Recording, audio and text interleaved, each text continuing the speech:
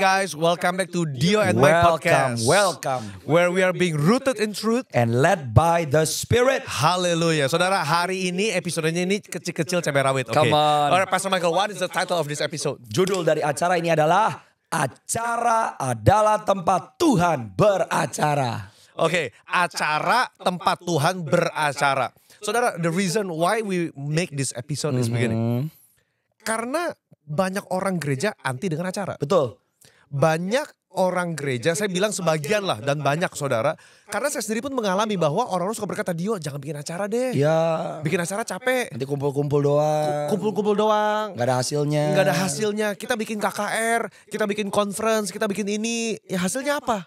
Ya. Jadi kesannya bahwa untuk kita membuat sebuah movement, sebuah momentum, membutuhkan sebuah acara, saudara. That's right. Tetapi sekarang malah yang ada gereja atau sebagian orang di dalam gereja, saudara, oknum-oknum ini nggak suka dengan ada yang namanya acara. Dan kita mau bahas, karena seringkali orang sebetulnya skeptik. Kenapa? Karena kalau kamu balik ke gerejamu sendiri juga penuh dengan acara kok. Jangan-jangan kita udah gak percaya dengan acara kita, makanya acara kita, Tuhan sudah tidak beracara di situ. So di podcast ini kita mau bahas, acara itu apa sih? Apakah di Alkitab Tuhan memakai acara-acara? Apakah acara itu juga sarana Tuhan? Dan kita bisa lihat di perjanjian lama, perjanjian baru, kebenaran firman. Pastor Dio, let's go. Ya, saudara, oke, aku share dulu ya saudara ya. Saya nanya nih di KBBI, Kamus Besar Bahasa Indonesia. Apa sih arti acara? Ada beberapa arti. Rencana kegiatan, hal yang akan dibicarakan. Ada susunan kegiatan, kegiatan yang sudah direncanakan dan ditetapkan waktunya. Oke, setidaknya itu dari acara dari istilah KBBI, saudara. Nah, kalau dari dalam Alkitab, saudara, I don't know whether we can say this, but you know Jesus has a lot of events planned out before it happened. Ya. You know, if I can say the term prophecy in a dalam bahasa umum kaum awam, profesi adalah nubuatan akan adanya sebuah acara sebelum acara itu terjadi. Come on. The Lord Jesus is a great event organizer. The Lord Jesus is a great event organizer. You know, tadi Pastor Dio udah bacain. Soalnya kenapa saudara? Ada yang direncanakan. Yeah. Jadi every event should carry the mind of God. Hatinya Tuhan. Pikirannya Tuhan, tujuannya Tuhan. Kenapa kita udah bosan sama acara? Karena udah kebanyakan dagingnya gitu loh. Gak ada Tuhannya masalahnya. Iya, saudara, justru mungkin, oke, saudara, saya gak bermaksud jelek ya saudara. Tapi mungkin secara genuine orang-orang yang berkata kebanyakan acara tuh capek. Emang. Oke, this is my response. I don't know about Pastor Michael, but this is my response. Pelayanan tuh capek. Emang capek. Very tiring. Tapi saudara, buat kita berdua, dan juga dengan hamba-hamba Tuhan Pastor Victor, Pastor Hengki dan yang lainnya di Youth Conference. For 3 days we went all out. Sampai suara kita udah seksi kayak begini. But our spirit is on fire. Oh, hallelujah. Hallelujah. Saudara, I cannot imagine. Saudara, think about this. All the revivalists in the 700, in the 1800, in the 1900, saudara. Leonard Ravenhill, John Wesley, George Whitefield, Jonathan Edwards, William Seymour, Billy Graham, Reinhard Bonnke. Come on. Saudara, semua tuh pakai acara. And they went all out. You cannot get revival if you're lazy. Yeah, saudara. I like that word. You cannot have revivals if you are lazy. Yeah. Because revivals needs rhythm. Come on. Revivals needs rhythm. Yes. And God works in the rhythm. Yes. Saudara, di dalam hari raya orang Israel ada 7 hari raya. The seven feasts. The 7 feasts. Itu udah acara tuh. Events. Yang di setiap eventnya itu ada kepenuhan dalam penggenapan dalam perjanjian baru. That's right. Right, the Feast of Pentecost, The Feast of Passover, the Feast of Passover, dan secara kita nggak bisa bilang kebetulan, karena Allah Bapa mengatur setiap momen-momen hari raya ada momen-momen penting. Yes. Itu pas di setiap hari raya. And you know, bahkan Tuhan Yesus sendiri mengadakan perjamuan makan yang terakhir, the Passover meal with his disciples. Dan waktu mengangkat anggur dan roti, dia berkata, you do this as often as you do this, do it in remembrance of me. That's an event. Tapi you know what? Apakah sekarang contohnya perjamuan kudus? Tiap minggu atau sebulan sekali kita perjamuan kudus. Is it just acara biasa? Or do you still believe the heart, the mind of God, the power behind the communion yang Anda ambil? Okay, let's take a good example study case Holy Communion. Let's do it. Saudara, banyak gereja Pentakosta itu mengambil perjamuan kudus hanya sebatas just the remembrance. Hanya mengingat. Ya. Ya sudah, there is no power in it. Walaupun saudara, gereja Protestan menganggap perjamuan kudus sebagai sebuah sakramen. Yeah. Apa arti kata sakramen? Sesuatu yang mendatangkan berkat. Yeah. It is a blessing, a channel that membawa berkat, menyalurkan berkat dari Tuhan kepada umatnya. Yeah. Tapi seberapa kita menghayati Betul. acara perjamuan kudus. Seringkali mungkin kita dengan cepat mengambil roti, dengan cepat mengambil anggur yang hanya memperlambangkan tubuh dan darah Kristus. Yeah. Tapi kita nggak betul-betul percaya bahwa oh ini bisa sembuhin aku ya. Come on. Oh ini apakah ketika aku makan darah ini betul-betul dosaku sudah diampuni sepenuhnya. Yeah. Ini betul-betul bilur yang terpecah untuk penyakitku sekarang ini. Begitu loh. Bahkan when we do it, we rededicate our life over and over again. Your will be done in my life, God. Aku mau jadi satu dengan Engkau, Tuhan. So I think it's Paul who said that kamu salah melakukan perjamuan kudus, maka tidak sedikit dari kamu yang sakit dan bahkan meninggal. That's right. That's Paul, right? That's right, that's Paul. Saudara, bahkan dalam dan saya juga jujur, saya belum banyak khotbah mengenai ini, bahwa Paulus menghubungkan perjamuan kudus dengan kesehatan, right? Yeah. Berarti, karena dia langsung bilang That's tidak. right. Karena kamu salah melakukan ini, tidak banyak dari kamu yang sakit bahkan meninggal. Ya. Begitu loh. Dan Rasul Paulus juga berkata, setiap kali you take or partake in Holy Communion, jangan sampai kamu melakukannya dengan sikap hati yang salah. Betul. So, Paulus lagi ngomong gini, saudara, I think the problem, kenapa kita seringkali capek dengan acara kita, because ternyata setiap acara, it's either God originates the event or man originates the event. Yeah. Acara manusia membawa keletihan. Tapi the events of heaven membawa kehidupan, kebangkitan, dan kelepasan. So maybe lewat podcast ini kita juga mau mengingatkan kita semua yang sudah pelayanan, kita semua yang punya acara. Saudara gak bisa samakan acara-acara di mana Tuhan terlibat dengan sekedar kita mau bikin pesta ulang tahun. Dengan sekedar kita mau rayakan anak sunatan. Dengan sekedar kita mau lakukan acara-acara kita sendiri. Kita harus kembali kepada hati Tuhan. You know what? God moves in events di mana dia dihargai, dia dihormati, dan apalagi acara-acara yang dilakukan karena ketaatan. Oke, saudara, tadi saya sembari cari ayatnya dalam 1 Korintus pasal 11 ayat 29 dan 30 saya bacakan, saudara. Karena barang siapa makan dan minum tanpa mengakui tubuh Tuhan, ia mendatangkan hukuman atas dirinya. Ya. Sebab itu banyak di antara kamu yang lemah dan sakit dan tidak sedikit yang meninggal. Ya. Oke, Pastor Michael, let me just voice, mungkin beberapa orang yang mendengar akan berkata, tapi kan Pastor itu kan bukan event, itu kan sakramen. I mean, how do you respond to that? Maksudnya itu kan ya jangan dibilang event lah, itu kan sesuatu yang kudus, sakramen, nggak sama dong dengan event gereja, begitu loh. Ya, itu yang tadi Pastor Dio katakan ya, membuat kita seharusnya bisa merefleksikan loh saudara. Is our events holy? Events is a place where people come together. When you are doing something, you are practicing your faith. Saudara dan saya sedang membawa sebuah tindakan akan apa yang kita percayai. Yeah. Acara penginjilan, kita sedang membawa pesan Injil kerajaan kepada orang-orang yang membutuhkan. Acara di mana kita datang untuk mengajar, seminar, conference, worship, kita mau memuji, menyembah Tuhan bersama-sama sebagai tubuh Kristus secara kolektif.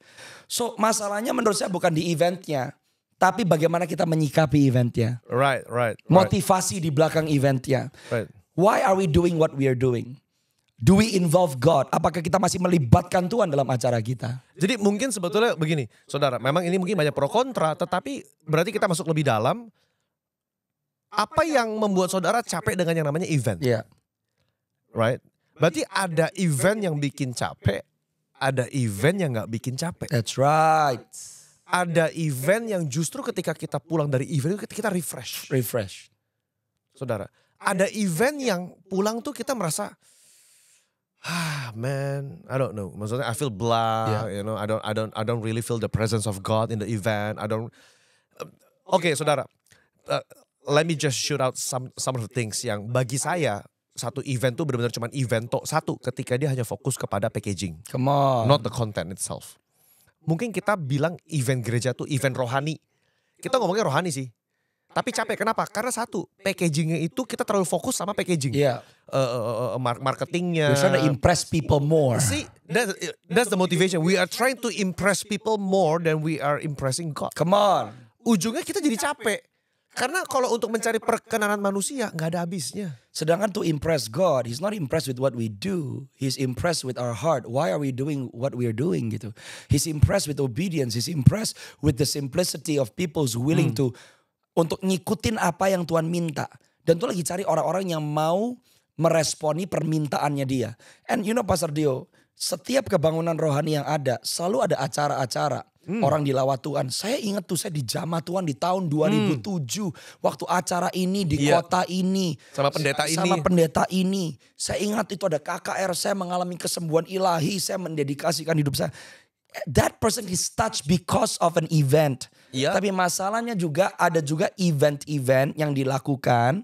Karena sebetulnya Tuhan sudah bergerak dari event itu. Dan kita masih tinggal di Come belakang. on. Kita masih tinggal in past experiences. It's no longer obeying what God wants, but kita lebih terkesima dengan eventnya sendiri.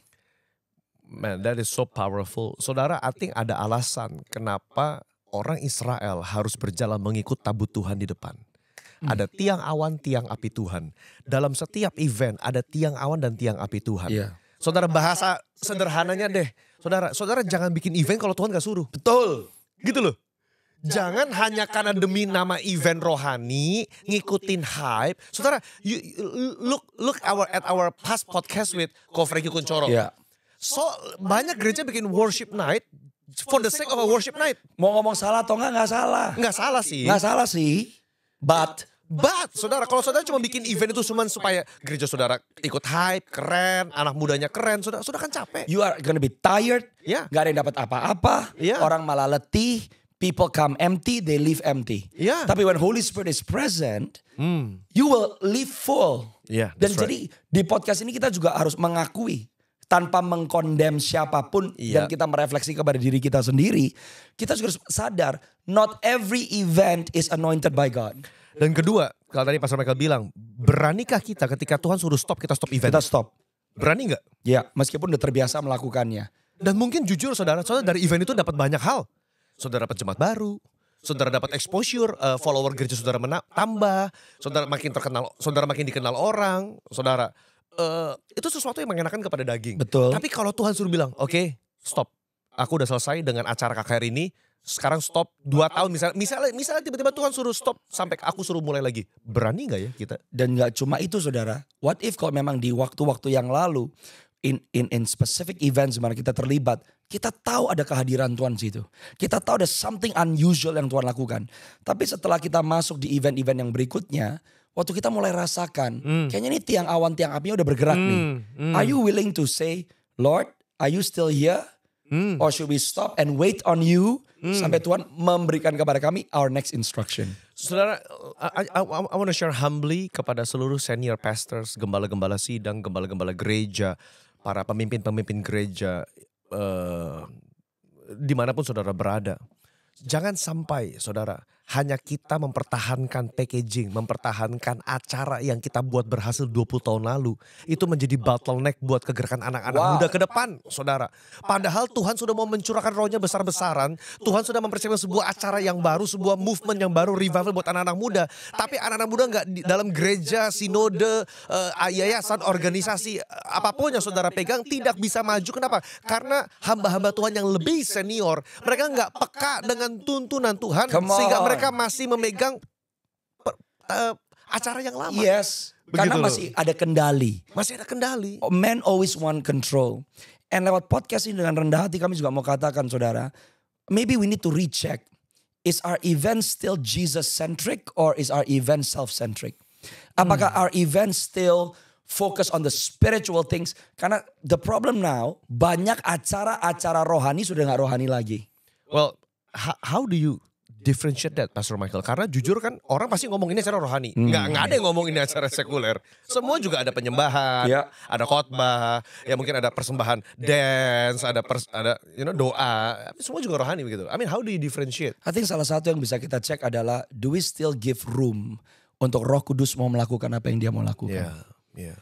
Or everything is so well timed to a point bahwa semua acaranya dari awal sampai akhir sampai begitu rapihnya, and kita udah gak memberikan ruang for the Holy Spirit to have his say. You know, saking rapinya sampai we say to the Holy Spirit, sorry Holy Spirit, you're out of time. Your time is up. I'm sorry. Come on. And you know what? Ada orang mungkin berkata, ya tapi kan butuh tertib. That's why we need to be able to strike the right balance. Yeah. Kita harus punya balance ya saudara. And saya percaya kalau kita betul-betul hungry for the move of God. Kita udah bahas di podcast di episode-episode yang lalu. Yeah. Holy Spirit is like a river. Dia seperti angin yang bertiup. And I think we need to come back kepada kerendahan hati. Kembali ke kaki Yesus. And let's invite him back into his own house. You know, I want to share, there is a very great story. Salah satu mujizat pertama yang Yesus lakukan. He attended an event. Ya. He attended a wedding event. Yeah. That's not even spiritual. That's right. Dia datang loh ke sebuah acara. Come on. And in that event, Dia beracara. ya, dia beracara, saudara. Oke, saudara, kita baca ayatnya dulu di mana? John chapter 2. Ya. Saudara, Yohanes pasal yang kedua, saudara, kita lihat dulu. Pada hari ketiga ada perkawinan di Kana yang di Galilea dan ibu Yesus ada di situ. Yesus dan murid-muridnya diundang juga ke perkawinan itu. So I think one of the clue, if your event is Jesus centric or not, whether you invite Jesus in that event or not. Yes. Saudara bisa lo bikin acara rohani tapi you do not invite the presence of God in that place. You just use his name. You just use his name. But you don't want the person of Jesus to actually come. Ya. Saudara, kita bisa bikin acara. Saudara, musik kalau udah bagus, sound system hebat, anak muda akan lompat. That's right. Tapi apakah mereka lompat ada Tuhan gak di situ? Begitu loh. Mereka lompat sih jago lompat, saudara. Kalau ada beatnya, bassnya mantep, saudara, subwoofernya kenceng, saudara. Wah, orang bisa terbawa dengan rhythm, dengan the beat. Tapi yang bikin roh menyala itu hanya harus ada Roh Kudus. Yeah. Nggak bisa nggak ada, saudara. Yeah. And it stated in chapter verse 2, Jesus was invited into the wedding. Yeah. Saudara, Yesus diundang ke event perkawinan itu, saudara. You know what? Jangan sampai kita cuma akhirnya pinjam nama Yesus, tapi kita nggak mau pribadinya hadir loh, saudara. Bayangkan ya kalau saudara bikin acara ulang tahun hanya pakai nama orang terkenal supaya orang datang, tapi pas tamu-tamunya datang, nama yang terkenal itu nggak hadir di acaranya. Yeah. That's why people get disappointed. Yeah. I think a lot of people juga udah mulai capek dengan acara gereja. Kenapa? They come expecting God, but when they come in the event, they do not meet God. Saudara, ke depan ini Indonesia untuk mengalami revivals, kita butuh gereja-gereja lokal dimanapun saudara berada. Yeah. Untuk tetap create an event. Create the events where people can meet God. Di mana orang bisa berjumpa pribadi dengan Roh Kudus. Yes. And pertama saudara fokusnya bukan ke undangannya dulu. Fokus sama Tuhan Yesus yang mau menyelenggarakan acaranya dia dulu. You have to pray earnestly and ask the Lord. Yeah. Should I make this event? What is the strategy Tuhan? Yeah. Yang Tuhan mau untuk diundang siapa? Yang Tuhan mau untuk kami lakukan skalanya seperti apa? Karena kalau kita dapat hati dan pikiran Tuhan untuk acara yang kita mau buat, dan saudara pasti akan dapatkan hadirat dan kuasanya. You know, saudara, I said to Pastor Mike, you know, we had a Jakarta Prophetic Gathering. That's a result of ketika ada acara pertama kali Februari, Brother Sadu datang ke Jakarta. That's right. Kita gak ada plan untuk apa-apa, saudara. It just happen. We just want to continue the movement, saudara. And we said kalau emang Tuhan suruh stop, we'll stop. We'll stop. We'll stop. We'll stop. Dan kita bikin 2 bulan sekali. Yeah. Kita gak ngoyo. Yeah. And we want to be centric on prayer. Kita sharing pun 15 minutes each of us. Tapi yang 2 yang sudah berlalu kita lihat orang-orang datang dilawat oleh Tuhan. Pesan Tuhan disampaikan. And we just want to be good stewards. Dan orang-orang kembali ke gereja masing-masing. And we continue to do what God wants us to do. Tapi yang kita rindukan adalah setiap kali kita berkumpul, kita mau supaya kita ada di dalam kehendak Tuhan. And you know, waktu Pastor Dio tadi membahas dari Yohanes 2 tentang acara perjamuan kawin di Kana. Saudara dan saya tahu gak sih bahwa kita ini sedang menantikan acara besar perjamuan kawin anak domba di surga. That is an event. That's an event. In the heavenly agenda. That's right. That's an event. An event yang sudah dikumandangkan hundreds and thousands of years. Events yang mencakup semua generasi. Even since creation. All creation will come together to this big event. The wedding supper of the Lamb. That's an event. That's an event. Yeah. Oh man. Saudara, ketika dalam wedding di Kana, saudara, selain mereka mengundang Yesus, saudara, mereka mengizinkan Yesus berbuat sesuatu hal yang aneh. Yeah. This is what Pastor Michael said when he said you have to leave room for the Holy Spirit to move. Saudara, saudara bisa bayangkan ketika Yesus berkata, ambillah itu apa namanya? Bakul buyung, bejana tempayan buyung-buyung berisi air, saudara, ya kan? Tempayan yang disediakan untuk pembasuhan, saudara, itu tempayan untuk basuh kaki. Tapi tiba-tiba Yesus bilang, oke, sekarang isi dengan air. Saudara, itu tempat buat cuci kaki, bukan buat minum. You know, Pastor Dio, when you said that ya, yang terjadi di perjamuan kawin di Kana, mereka kehabisan anggur. So ada krisis di dalam sebuah acara. Pusatnya sebetulnya di mempelai laki-laki dan perempuan yang menikah. Tapi dibutuhkan seorang Maria. Di tengah-tengah sebuah acara, dia mengembalikan mata orang-orang. Atau sebetulnya bukan mengembalikan. Dia membawa mata orang-orang. Bukan lagi melihat sebuah krisis atau kebutuhan. Tapi itu kembali melihat kepada Yesus. Dan Maria berkata, apapun yang dia minta, you just do it. Ayat yang kelima. Ibu Yesus berkata kepada pelayan-pelayan, apa yang dikatakan kepadamu, buatlah itu. Saudara, this is very prophetic. If Jesus do something in your event, maukah kita sebagai pembuat event, say to our workers and our congregation, apa yang Tuhan lakukan sekarang, kita ngikut dia. Come on. Sekalipun itu ngerusak rundown. Sekalipun itu merusak rundown. Yang kadang-kadang orang production jujur gak suka. Which is aku ngerti. Karena mereka juga orang-orang yang mereka melayani Tuhan lewat kedetilan mereka. And we thank God for them. We thank God for those who are very meticulous, detailed. Bagus kok. That's a gift from the Lord. But you have to leave space for the Holy Spirit to move. Amen. Apapun yang dilakukan Tuhan, ikutin dia. Mau gak ya event kita mengikuti Tuhan Yesus? Gitu. Tiba-tiba lagi khotbah misalnya dan Tuhan suruh stop. Oke, I just wanna altar call. Come on. Saudara, mau gak? Berani gak? Gitu. Lagi nyembah siapin cuma 20 menit. Tiba-tiba the Holy Spirit just move. Tiba-tiba dari 20 menit jadi 40 menit. Saudara dengar gak? Dari tadi kita ngomong ya. Berarti pemeran utamanya is the Holy Spirit. Sekarang saudara coba tanya. Do you need the Holy Spirit in your church service? Do you need the Holy Spirit in your youth meetings? Jangan-jangan kita udah gak butuh. Exactly. Karena semua udah well planned. Everything's well planned. Bahkan 2 Timotius pasal yang ketiga dan kelima berkata, secara lahiriah mereka menjalankan ibadahnya, tetapi pada hakikatnya mereka memungkiri kekuatannya. Pada hakikatnya mereka memungkiri kekuatannya. Mereka memungkiri kekuatannya. Jadi mereka hanya menjalankan event ibadah just for the sake of ibadah aja. Exactly. But then you don't believe what God can do through your event. Jangan sampai saudara. And kita mau katakan, yes, God is still using events. Tuhan masih bekerja dan memakai acara-acara. But we need to involve God back in our events. Saudara. Dan saudara memang kita juga butuh wise, saudara ya. Kita mengerti.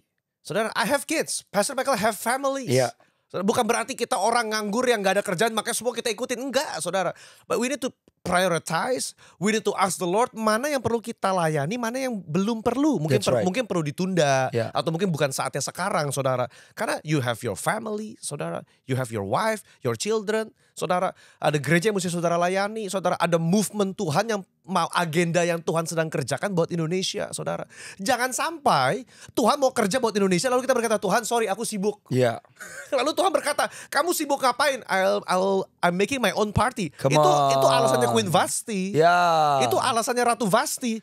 Makanya dia digantikan oleh Ratu Esther. Exactly. Saudara. Karena dia bilang, I'm busy Lord, I'm making my own events. Padahal raja punya eventnya dia. Padahal raja punya eventnya sendiri. So is our event God's events atau ternyata acara itu acara kita sendiri, saudara? We need to ask that question. Yeah. Supaya kalau kita rindu melihat Tuhan bekerja dan bergerak. And you know what? Kita juga mau encourage saudara di podcast ini.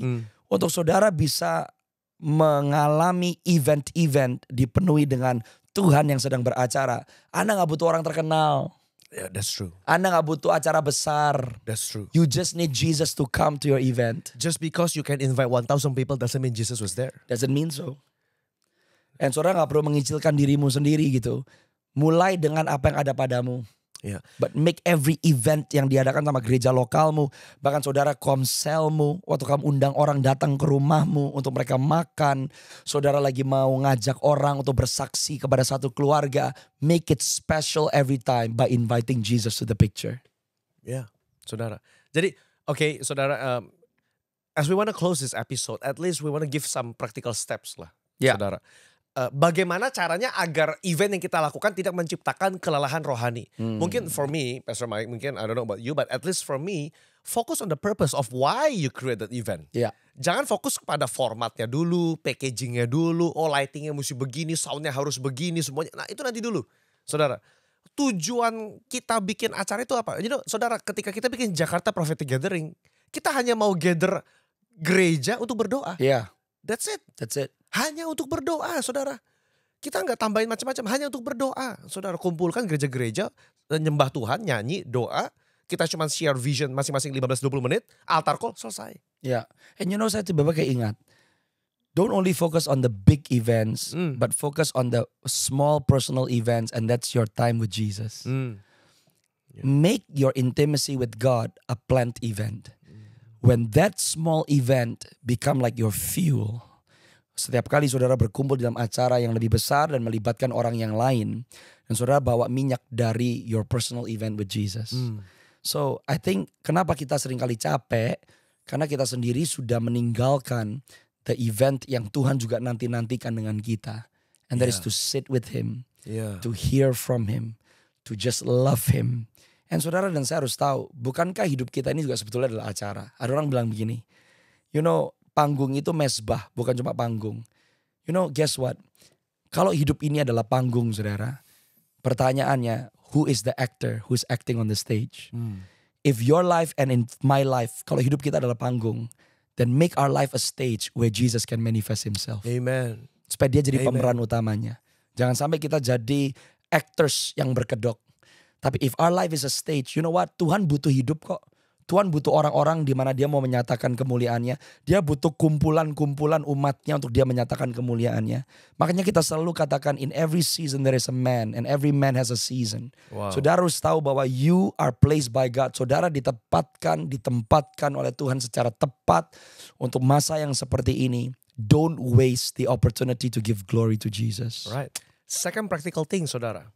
Just because, hanya karena kita bicara soal event, bukan berarti saudara sekarang perlu membuat event sebanyak-banyaknya. Betul. Jangan juga, saudara. Kita juga butuh hikmat. Ya. Saudara mesti QC, control the events that you create in the local church. Ya. Apakah program dan acara ini, you have to ask why we do it in the first place. Ya. Saudara, apakah acara ini masih perlu kita lanjutkan apa tidak?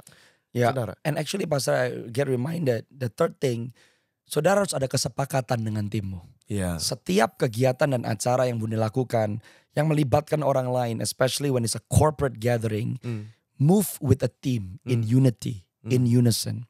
Karena saudara, kalau saudara di dalam, karena banyak begini, kenapa sih orang capek dengan acara? Karena setiap kali mau mengadakan acara, di situ sumber berantem, cekcok, dan akhirnya orang semuanya pada jalan ke arahnya sendiri, bahkan itu menjadi sumber kekacauan. Kadang-kadang kalau gereja lagi sibuk ibadah Natal berantemnya apa? Dress code, saudara, kostumnya, bajunya, makanan jadi berantem.